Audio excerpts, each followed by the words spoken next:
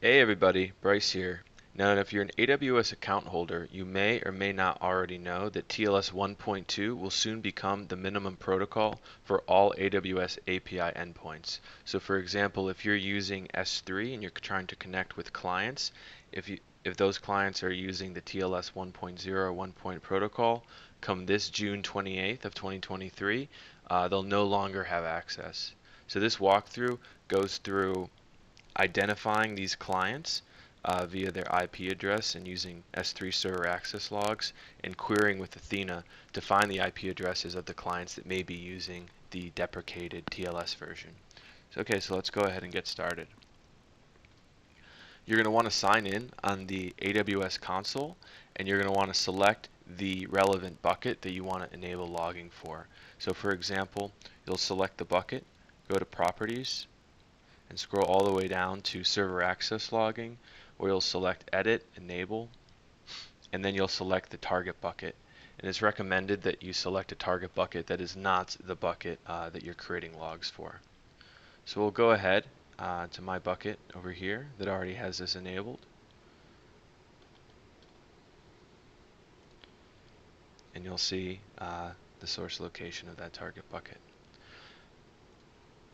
Now once we go to that bucket, you can see I already have logs being generated, but just know that it can take up to a couple hours for logging, or logs rather, to come into the system. But once you have these logs, you can start querying with Athena in the Athena console.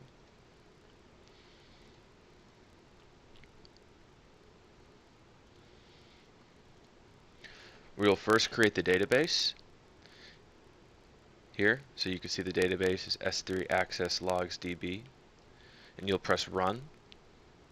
I already completed it, so I don't need to. After that, you will create an external table here, and I'm taking this information from the article over here, which I will provide in the description. Now, you can go ahead and copy and paste from the article, but just know that you'll have to change the S3 location to where your logs are, and you'll also have to change this if you made a database with a different name. Now afterwards, you're going to go ahead and generate a SQL query, and here it's just selecting all logs from the database where the TLS version is 1.1.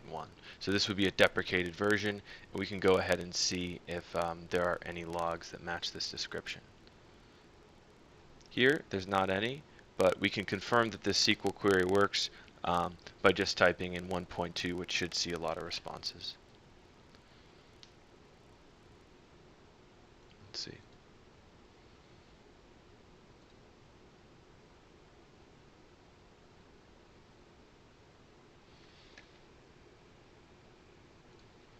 Here's the issue.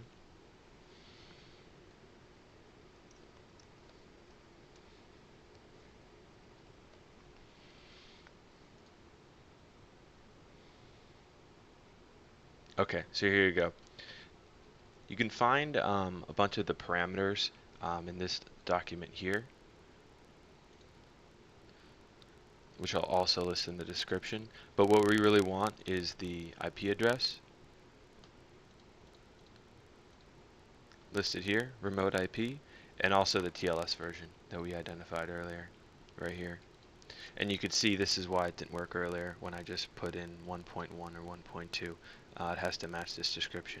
If you want to see any TLS where there's no TLS being used, you would use this character here. Now for TLS 1.2, or 1.1 rather, there shouldn't be anything that exists, but let's go ahead and see. Yeah, so I'm not using TLS 1.1 in any of my more recent logs. There is one thing you could also do with your S3 bucket to ensure that you're not getting any access denied errors already with S3 logging, and that would be this documentation right here, where you can go ahead and paste this bucket policy to it. This essentially is denying all access from all principals, from all actions to this bucket. if the TLS version is less than 1.2. So let's go ahead and add this.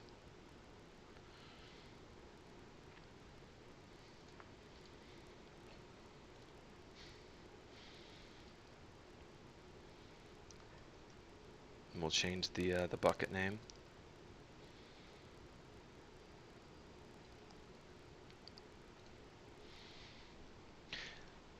And from here, you're good to go. So this could be beneficial to test out your system before June 28th so that you know exactly what to expect. This way, it essentially creates a bucket policy that would act as if June 28th already happened and the TLS deprecation had already taken place, so you can be sure that all your clients are compatible. That's the rest of this video. I hope you enjoyed it, and make sure to subscribe if you liked it. Thanks. Bye.